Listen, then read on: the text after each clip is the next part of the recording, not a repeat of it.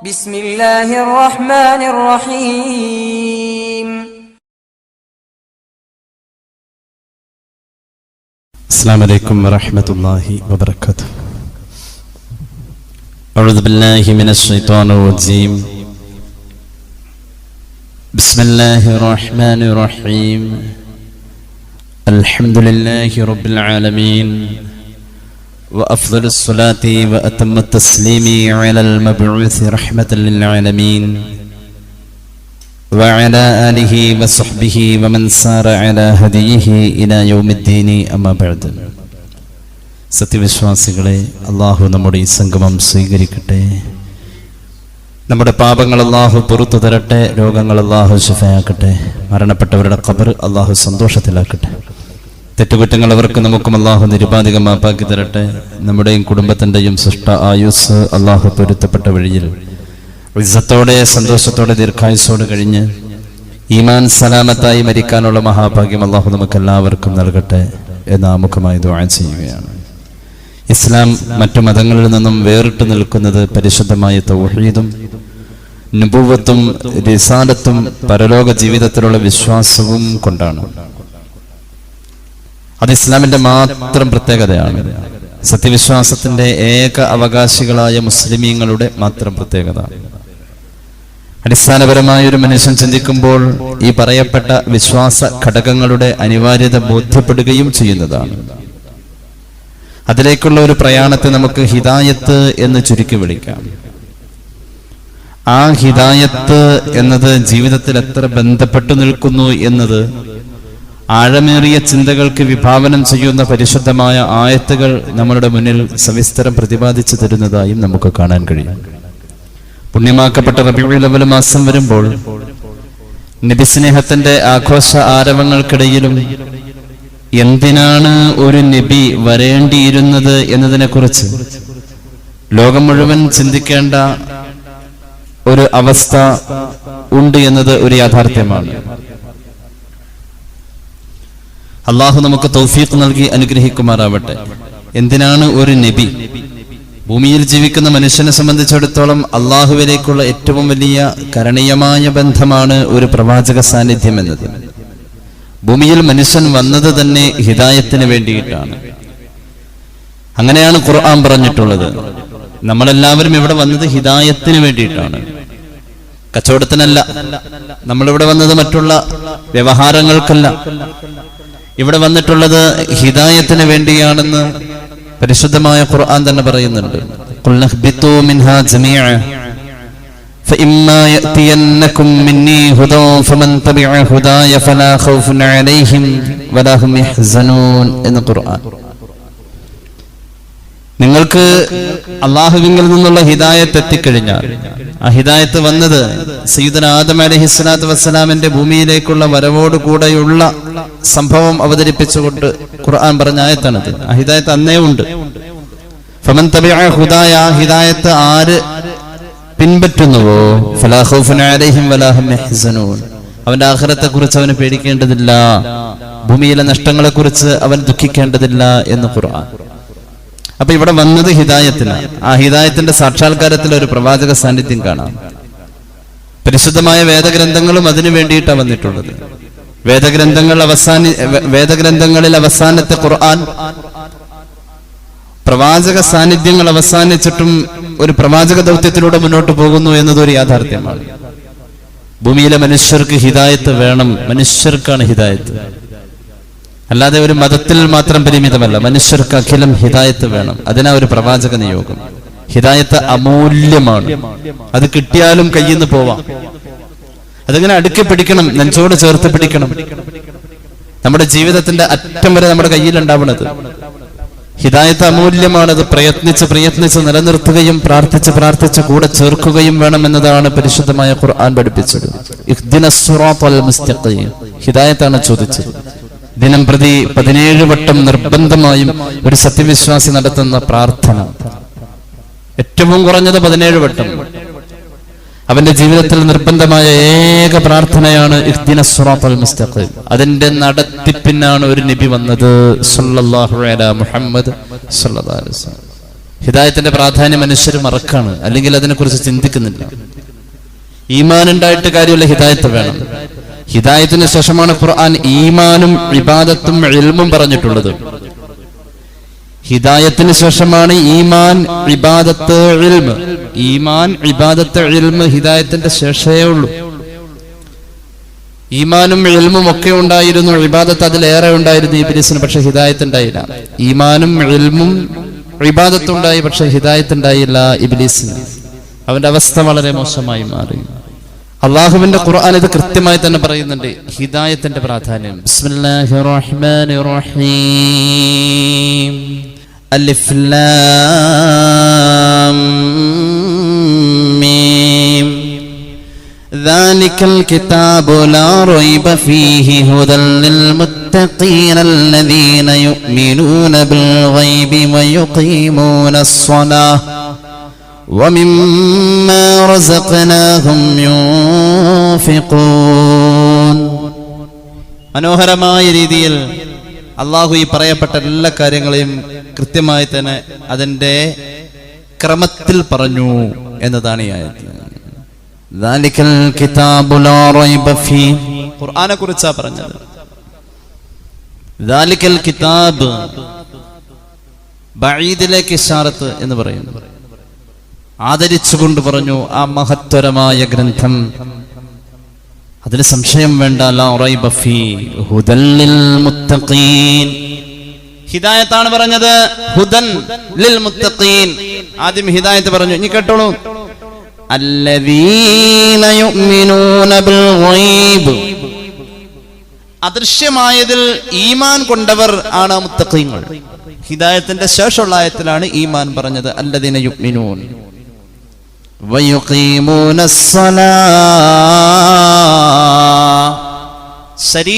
ശരീരം ചെയ്യുന്ന കർമ്മങ്ങളിൽ ഉത്കൃഷ്ട കർമ്മമായ നിസ്കാരത്തെ കൃത്യമായി സമയബന്ധിതമായി നിർവഹിക്കുന്നവരാണവർ. ഇബാദത്ത് പിന്നെ അതിന്റെ ശേഷം പറഞ്ഞത്. ഈമാന്റെ ശേഷം ഇബാദത്ത്. ഇബാദത്തിനോട് അനുബന്ധമായി വരുന്ന ഒന്ന് തന്നെയാണ് ഇൽമ്, അത് അതിൽ പെട്ടത് തന്നെയാണ്. അപ്പൊ മനുഷ്യന് ഏറ്റവും നിർബന്ധമായ ഹിദായത്തിന്റെ നിലനിൽപ്പ് പ്രവാചകത്വങ്ങളിലൂടെയാണ് നടപ്പാവൂ. ലോകത്ത് വന്ന ഏത് വേദഗ്രന്ഥങ്ങളും ഹിദായത്തിന്റെ സമവാക്യമാണ്. وآتينا موسى الكتاب وجعلناه هدى لبني إسرائيل ألا تتخذوا من دوني وكيلا. തൗറാത്തിനെ കുറിച്ച് പറഞ്ഞത് വആതൈന മൂസൽ കിതാബ്, മൂസ നബിക്ക് വേദഗ്രന്ഥമായ തൗറാത്ത് കൊടുത്തത്. വജഅൽനാഹു ഹുദൻ, അതും ഹിദായത്തിനാണ്. ഏത് കാലഘട്ടത്തിലും മനുഷ്യന് ഹിദായത്ത് നിർബന്ധമാണ്.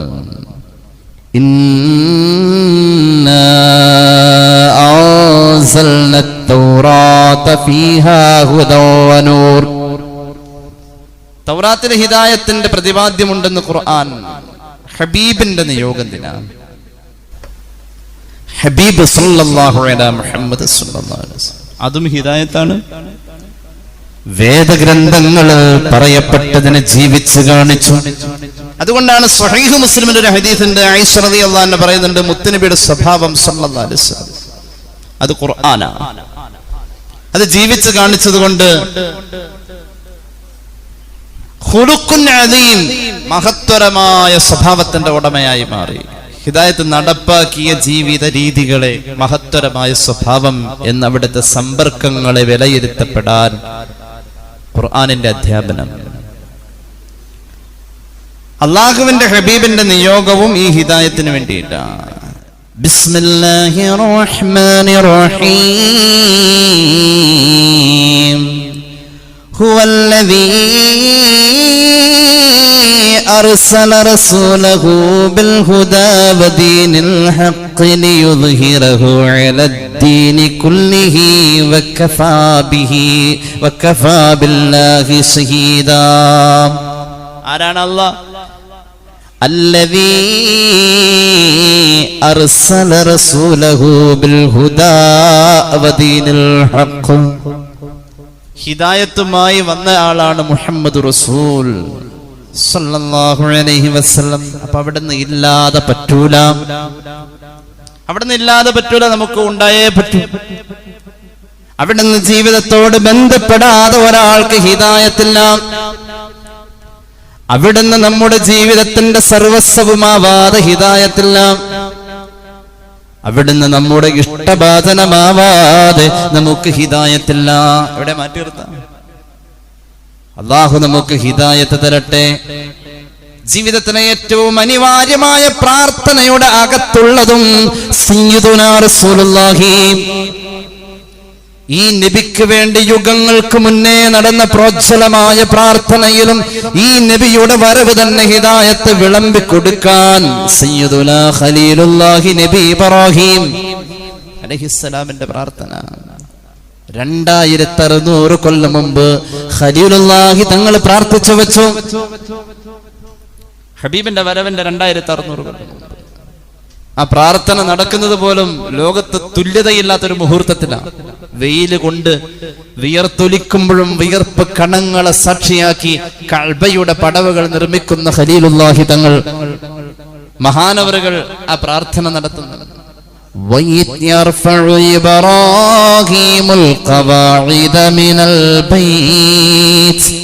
وإسماعيل ربنا تقبل منا إنك أنت السميع العليم. ഹൃദയത്തിന്റെ അകത്തുനിന്ന് പ്രാർത്ഥന വരുന്നത്. എന്തൊക്കെ പ്രാർത്ഥിച്ചിരുന്നു ഇബ്രാഹിം നബി അലൈഹിസ്സലാം? മുഖ്യമായത് പ്രാർത്ഥിച്ചു വെച്ചു പിൻഗാമിക്ക് വേണ്ടി. പിൻഗാമിയുടെ നിയോഗത്തിന്റെ ഏറ്റവും നല്ല ലക്ഷ്യത്തെക്കുറിച്ച് ഈ പ്രാർത്ഥന തന്നെ അവതരിപ്പിച്ചു പോയി. അവരൊക്കെ അതിനെ വലിയ സൂക്ഷ്മതയോടെയും താല്പര്യത്തോടെയും ആകാംക്ഷയോടെയും ഓർക്കുകയും അവർ അറിഞ്ഞതിനെ അവതരിപ്പിക്കുകയും ചെയ്തു. റബ്ബനാ വജഅൽനാ മുസ്ലിമൈന ലക വമിൻ ദുർരിയ്യതിനാ ഉമ്മതൻ മുസ്ലിമതൻ ലക വഅരിനാ മനാസികനാ വതുബ് അലൈനാ ഇന്നക അൻതത് തവ്വാബുർ റഹീം.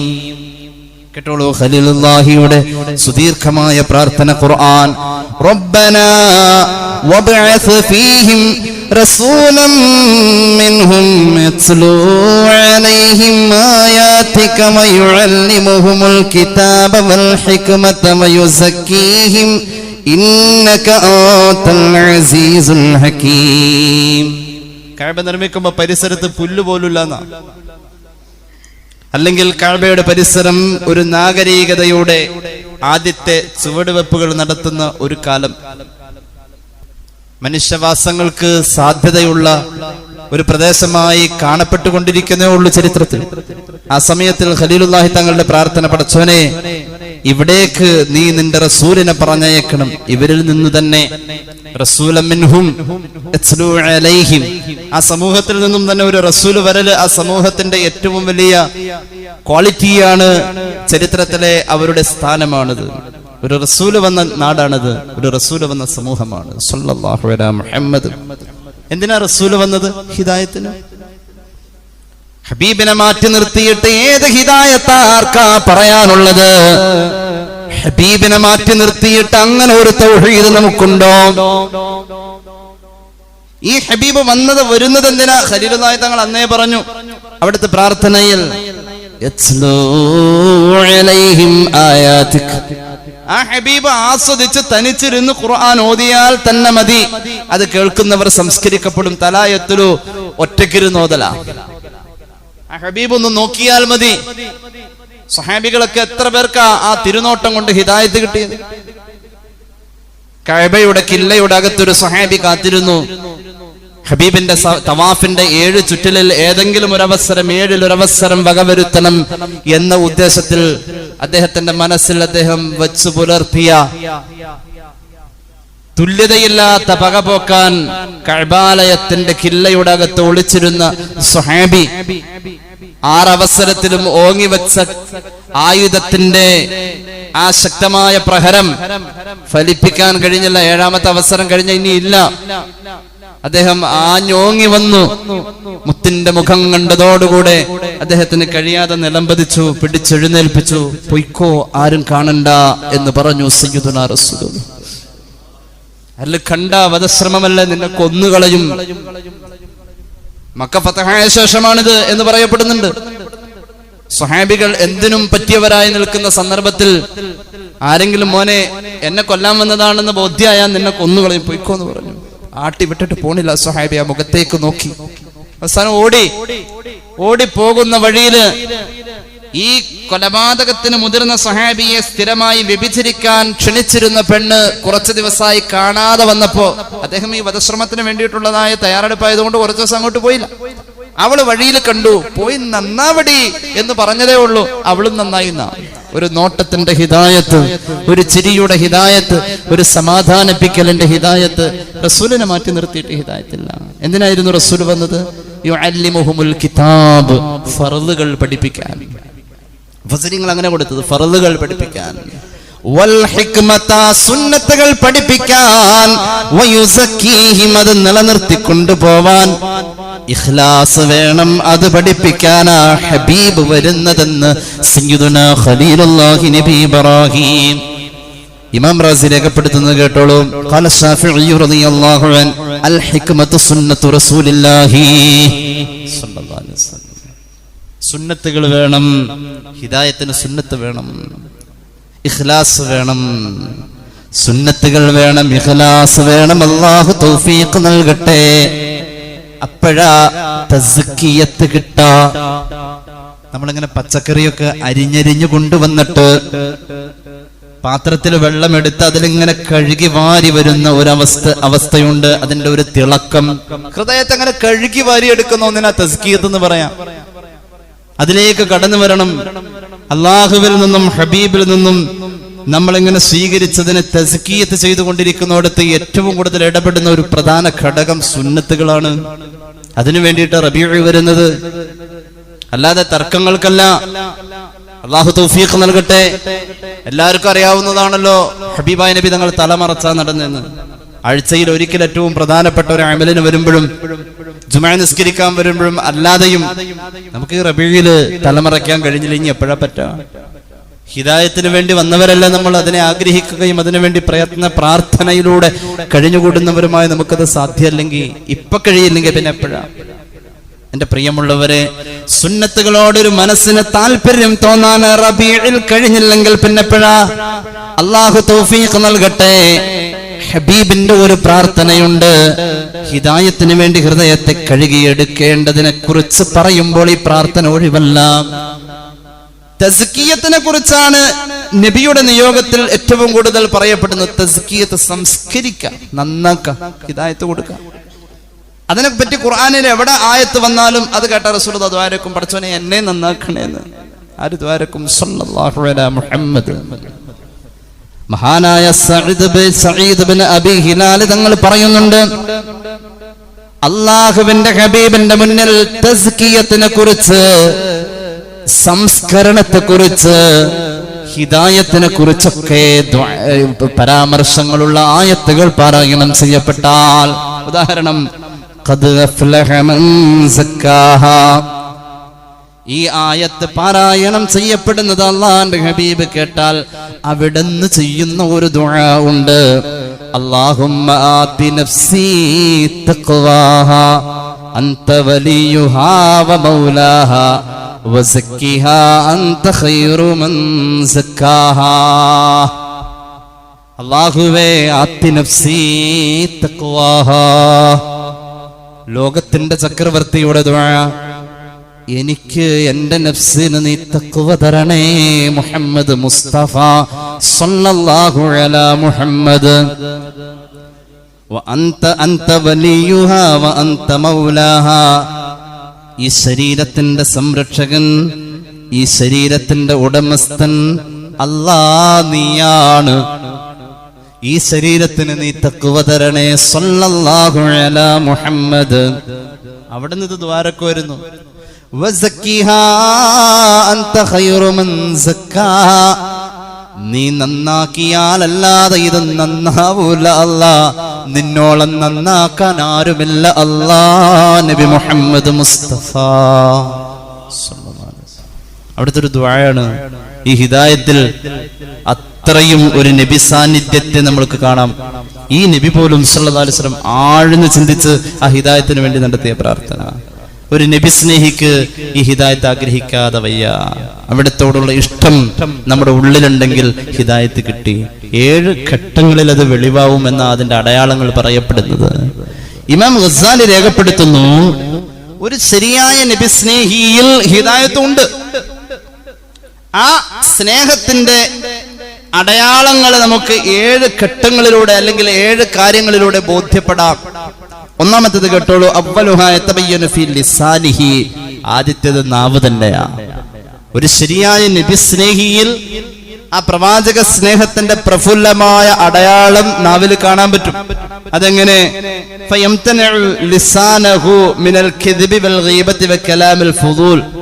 പൊങ്ങച്ച വർത്തമാനങ്ങളും ഗീബത്തും കളവ് പറയലും ഒക്കെ നാവിൽ വരാതെ ആ നബി സ്നേഹി സൂക്ഷ്മത പുലർത്തും എന്നതാണ് ഒന്നാമത്തെ അടയാളം. ഹിദായത്ത് കിട്ടിയവന്റെ അടയാളാണിത്. യഥാർത്ഥ നബി സ്നേഹിയുടെ അടയാളാണിത്. റബീഇലേക്ക് ആർക്കും ചിന്തിക്കാം. നബി ദിനം ആഘോഷിച്ചാലും വേണ്ടില്ല, ആഘോഷിച്ചില്ലെങ്കിലും വേണ്ടില്ല, അത് ചിന്തിക്കാവുന്ന കാര്യമാണിത്. ഈ 7 കാര്യങ്ങളിലൂടെ ഒരു ഹിദായത്ത് കിട്ടിയവനെ ബോധ്യപ്പെടലാണ്, ഒരു നബി സ്നേഹിയെ ബോധ്യപ്പെടലാണ് സല്ലല്ലാഹു അലൈഹി മുഹമ്മദ് സല്ലല്ലാഹു അലൈഹി വസല്ലം. അങ്ങനെ വരുമ്പോ ഇത്തരം അപകടകരമായ സംസാരങ്ങളിൽ നിന്നും നാവിനെ സംസ്കരിക്കാൻ കഴിഞ്ഞവനായി കഴിഞ്ഞാൽ പിന്നെ നാവില് സ്വാഭാവികമായും വരാൻ അള്ളാഹ്ക്ക് പൊരുത്തുള്ളത് മാത്രം പറയുന്ന ഒരു ശീലമുള്ള നാവായി മാറും. അങ്ങനെയുണ്ട്. ഒരു സംസ്കാരത്തിലൂടെ സഞ്ചരിക്കാൻ നാവിനെ പരിശീലിപ്പിക്കണം. നമ്മളിപ്പോ പല്ല് തേക്കാൻ വലത് കൈയിൽ ബ്രഷ് എടുത്ത് ഉപയോഗിക്കുന്ന അതേ വഴക്കം ഇടത് കൈയിൽ നമുക്ക് പറ്റില്ല. അത് വലത് കൈ പരിശീലിച്ചു പോകുന്നതാ. വലത് കൈ കൊണ്ട് നമ്മൾ ചെയ്യുന്ന പല കാര്യങ്ങൾ, ഉദാഹരണം നമ്മുടെ പേരെഴുതി ഒപ്പിടാൻ നമുക്ക് വലത് കൈ കൊണ്ട് സാധ്യമാവും. അത് ഇടത് കൈ വെച്ച് ഒരു പ്രശ്നമല്ല ഇടത് കൈക്ക്. പക്ഷെ പരിശീലനം കിട്ടാത്തത് കൊണ്ട് എഴുത്തായി മാറൂല. അങ്ങനെ ഒരു അവയവത്തെ ഒരു കാര്യത്തിൽ പരിശീലിപ്പിക്കാൻ കഴിയുമെങ്കിൽ നന്മയിൽ പരിശീലനം ലഭിച്ച നാവുകളുണ്ട്, സ്വർഗത്തിലേക്കുള്ളതാണെന്ന് സയ്യിദുനാ റസൂലുള്ളാഹി സ്വല്ലല്ലാഹു അലൈഹി വസല്ലം. നന്മയിൽ പരിശീലിച്ച നാവായി മാറാൻ റബീഉ നമ്മോട് പറയാ. കാരണം അത് ഹിദായത്തിന്റെ ഒന്നാമത്തെ അടയാളാണ്. അതൊരു നബി സ്നേഹിയുടെ ഒന്നാമത്തെ അടയാള. കേട്ടോളൂ ഒരു ഹദീസ്, സ്വഹീഹുൽ ബുഖാരി. അൻ നബി ഹുറൈറ റളിയല്ലാഹു അൻഹു قال رسول الله صلى الله عليه وسلم إن العبد لا يتكلم بالكلمة من رضوان الله لا يلقي لها بالا. നന്മയിൽ പരിശീലനം ലഭിച്ച നാവ് വരും വരായികളെ കണക്കിലെടുക്കാതെ ചിന്തിക്കാതെ വർത്തമാനം പറയും വിധം പരിശീലിച്ച നാവ്.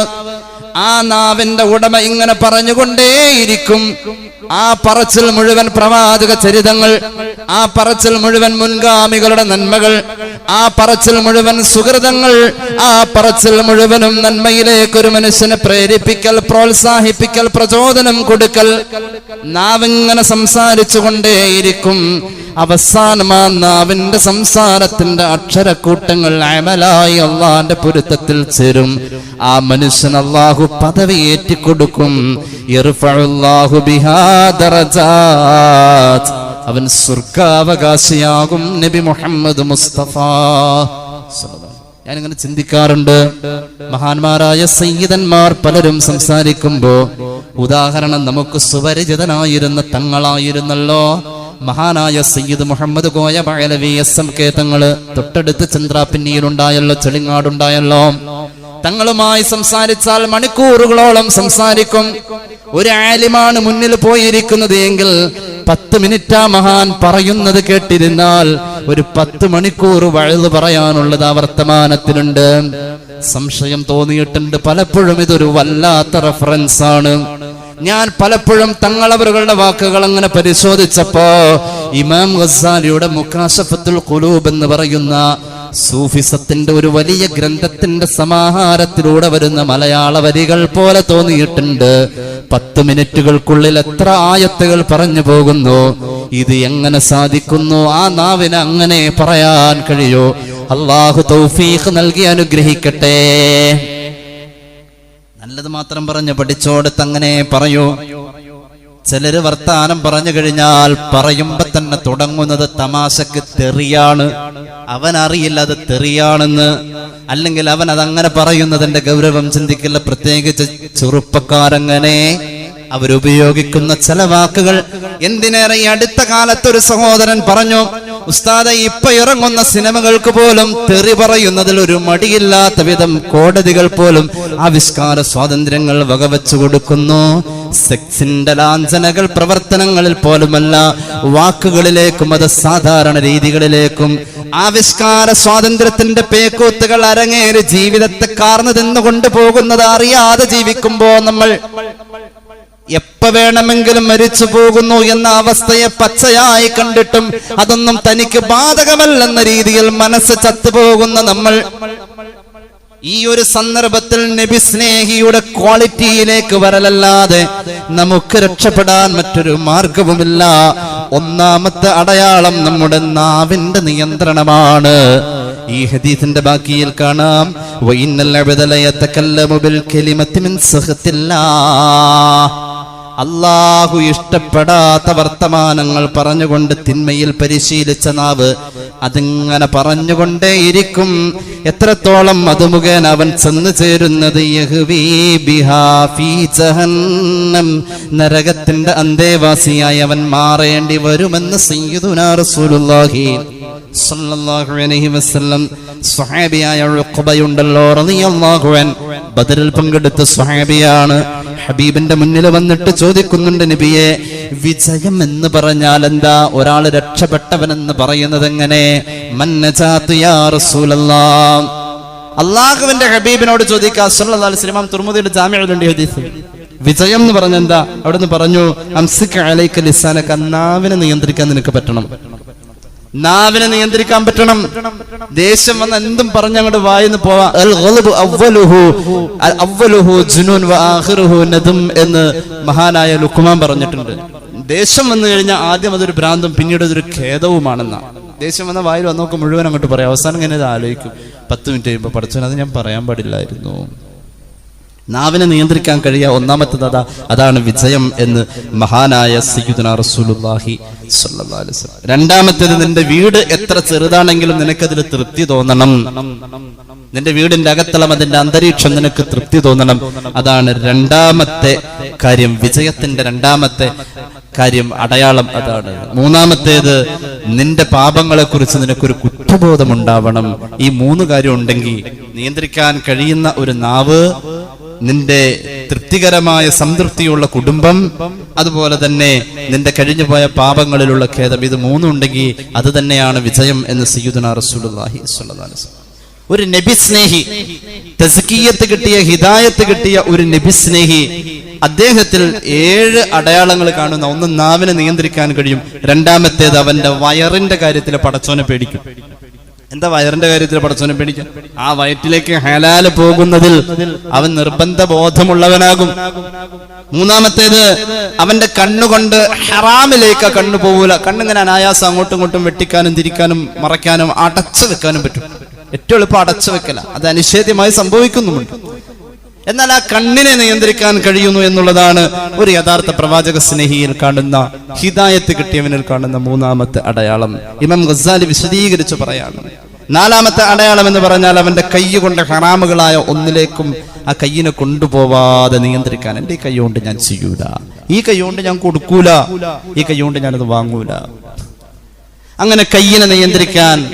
പിന്നെ കാണുന്നത് അഞ്ചാമത്തേത്, അവന്റെ കാലുകൾ പാപങ്ങളിലേക്ക് നടന്നു പോവൂല. ആറാമത്തേത്, അവന്റെ ഹൃദയത്തിൽ പാപകരമായ കാര്യത്തെക്കുറിച്ച് ചിന്ത കയറി വരുമ്പോ പടച്ചോനെ അത് കൊടഞ്ഞു കളയാൻ അവന് കഴിയണം ഹൃദയത്തിൽ നിന്ന്. ഏഴാമത്തേത്, 24 മണിക്കൂറും അള്ളാനെ ഭയക്കുന്ന ഒരു പ്രകൃതത്തിലേക്ക്. ഈ 6 പൂർത്തിയായി 24 മണിക്കൂറും ഏഴാമത്തെ അടയാളം വന്നു കഴിഞ്ഞു. അള്ളാഹ് എന്നൊരു പേടി അവന്റെ ഉള്ളിൽ വരും എന്നുള്ളൊരു തലത്തിൽ അവൻ മാറും. ഈ 7 അടയാളം ഹിദായത്തിന്റെ അടയാളമാണ്. ഈ 7 അടയാളം ഒരു നബി സ്നേഹിയിൽ ഉണ്ടാവേണ്ട കാര്യമാണ്. ഒരു യഥാർത്ഥ പ്രവാചക സ്നേഹി ഇങ്ങനെയാ ജീവിക്കുക. റബീഉ അതിന് പ്രചോദനവും പ്രേരണയും ആവേശവുമായി മാറട്ടെ എന്ന് ദുആ ചെയ്തുകൊണ്ട് ഹ്രസ്വമായ എന്റെ വാക്കുകൾ നിർത്തുന്നു. ഇൻഷാ അല്ലാഹ് 3 സ്വലാത്ത് ചൊല്ലി ദുആ ചെയ്യാം. സല്ലല്ലാഹു അലാ മുഹമ്മദ് സല്ലല്ലാഹു അലൈഹി വസല്ലം. സല്ലല്ലാഹു അലാ മുഹമ്മദ് സല്ലല്ലാഹു അലൈഹി വസല്ലമ. اللهم صل على محمد يا رب صل عليه وسلم. അൽഹംദുലില്ലാഹി റബ്ബിൽ ആലമീൻ. അല്ലാഹുമ്മ സ്വല്ലി അലാ സയ്യിദിനാ മുഹമ്മദിൻ വഅലാ ആലി സയ്യിദിനാ വമൗലാനാ മുഹമ്മദ്. അല്ലാഹുവേ, ഞങ്ങളെ നീ സ്വീകരിക്കു തമ്പുരാനെ. പാപങ്ങൾ പൊറുക്കണേ അല്ലാ, രോഗങ്ങൾ ശിഫയാക്ക് അല്ലാ. അറിഞ്ഞു ചെയ്ത അറിയാതെ ചെയ്ത, രഹസ്യമായി സംഭവിച്ച പരസ്യമായി സംഭവിച്ച എല്ലാ തെറ്റുകുറ്റങ്ങളും നീ മാപ്പാക്കണേ റബ്ബേ. അല്ലാഹു, ഇവിടെ കൂടിയിരിക്കുന്നവരുടെ ഹലാലായ മുറാദുകൾ ഹാസിലാക്കണേ അല്ലാ. അല്ലാഹുവേ, അമൃത ആശുപത്രിയിൽ തലയുടെ ഓപ്പറേഷൻ കഴിഞ്ഞ ആൾക്ക് വേണ്ടി പ്രത്യേകം ദുആ ചെയ്യാൻ ഏൽപ്പിച്ചു. പരിപൂർണമായ ശിഫാ നൽകണേ അല്ലാ. അല്ലാഹുവേ, എന്തൊരു കാര്യത്തിന്റെ പരിഹാരത്തിനാണ് ഓപ്പറേഷൻ നടപ്പായത്, അത് പരിപൂർണ വിജയത്തിലെത്തിക്കണേ അല്ലാ. അല്ലാഹുവേ, ആ അവസ്ഥ അതിജയിക്കാൻ ആ സഹോദരന് നീ ആഫിയത്ത് കൊടുക്കണേ അല്ലാ. അല്ലാഹുവേ, കുവൈത്തിലെ ആക്സിഡന്റിനോടനുബന്ധമായി നാട്ടിൽ വരാൻ കഴിയാതെ നിയമക്കുരുക്കുകളിൽ കഴിയുന്ന ഒരു സഹോദരന് വേണ്ടി ദുആ ചെയ്യാൻ ഏൽപ്പിച്ചു. നീ എളുപ്പമാക്കും അല്ലാ. നിയമപ്രശ്നങ്ങളും പ്രതിസന്ധികളും അദ്ദേഹത്തിന്റെ മുന്നിൽ നിന്നും നീ തട്ടിമാറ്റണേ തമ്പുരാനെ. അല്ലാഹുവേ, പള്ളിക്ക് വേണ്ടി വന്ന ജനറേറ്ററിനും മറ്റും അനുബന്ധമായ കാര്യങ്ങൾക്കും സാമ്പത്തികമായി മുന്നേ സഹായിച്ച എല്ലാവർക്കും ഖൈറും ബറക്കത്തും നൽകണേ അല്ലാ. അസുഖം ബാധിച്ച് കിടപ്പിലായ ഉപ്പാക്ക് വേണ്ടി പ്രത്യേകം ദുആ ചെയ്യാൻ അല്ലാഹുവേ നീ ആഫിയത്ത് കൊടുക്കണേ അല്ലാ. അല്ലാഹുവേ, നിന്റെ മുന്നിൽ ഖൈറായ കാര്യമെന്തോ അതിലേക്ക് ആ സഹോദരൻ നീ എളുപ്പത്തിലാക്കണം അല്ലാ. അല്ലാഹുവേ റബ്ബേ, ഖിദ്മത്ത് ചെയ്യുന്ന മക്കൾക്ക് ഉപ്പാനോടുള്ള തൃപ്തിയും ഉപ്പാക്ക് തിരിച്ചുമുള്ള തൃപ്തിയും റബ്ബേ നീ വർദ്ധിപ്പിച്ചു കൊടുക്കണേ അല്ലാ തമ്പുരാനെ. അല്ലാഹുവേ, ശാരീരിക പ്രയാസങ്ങളുള്ള ഒരു പ്രിയപ്പെട്ട സഹോദരൻ പ്രത്യേകം ദുആ ചെയ്യാൻ ഏൽപ്പിച്ചു. ശിഫാ നൽകണേ അല്ലാ. അല്ലാഹുവേ റബ്ബേ, കാലിൽ മുറിവ് ഉണങ്ങാത്ത ഒരു സഹോദരൻ പ്രത്യേകം ദുആ ചെയ്യാൻ ഏൽപ്പിച്ചു. നീ എളുപ്പത്തിൽ ഉണക്കി കൊടുക്കണമല്ലാ. ശിഫാ നൽകണേ അല്ലാ. ഇക്കഴിഞ്ഞ ദിവസം ഞങ്ങളുടെ മഹലിൽ മരണപ്പെട്ട സഹോദരിമാര് സഹോദരങ്ങള് പ്രത്യേകം ദുആരക്കാൻ പ്രിയപ്പെട്ട ഉമ്മാക്ക് വേണ്ടി അല്ലാഹുവേ പരിപൂർണമായ മഗ്ഫിറത്ത് നൽകണേ അല്ലാ. മഗ്ഫിറത്ത് നൽകണേ അല്ലാ. അല്ലാഹുവേ, ഗ്രൈൻഡറിന്റെ ഉള്ളിൽപ്പെട്ട വിരലുകൾ അറ്റുപോയ സഹോദരിക്ക് അതൊന്ന് കൂട്ടിച്ചേർത്ത് കൊണ്ടുള്ള ഓപ്പറേഷൻ നടക്കുന്നുണ്ട്. പരിപൂർണമായും നീ അത് വിജയിപ്പിക്കണേ അല്ലാ. നീ വിജയിപ്പിച്ചു കൊടുക്കണേ അല്ലാ. ഒരു വൈകല്യമായത് അവശേഷിക്കല്ല തമ്പുരാനെ. മകന്റെ വിവാഹകാര്യം എളുപ്പമാവാൻ പ്രത്യേകം ദുആ ചെയ്യാൻ ഏൽപ്പിച്ചു. നീ എളുപ്പം നൽകണേ അല്ലാ. വിവാഹപ്രായമായവർക്ക് അനുയോജ്യമായ ബന്ധങ്ങൾ അടുപ്പിക്കുക അല്ലാ. വീടുപണിയുമായി ബന്ധപ്പെട്ടവർക്ക് നീ എളുപ്പമാക്കുക അല്ലാ. കടബാധ്യതകൾ വീട്ടിത്തരണേ തമ്പുരാനെ. ربنا ارحمهم كما ربونا صغارا آمين برحمتك يا أرحم الراحمين والحمد لله رب العالمين. السلام عليكم ورحمة الله وبركاته.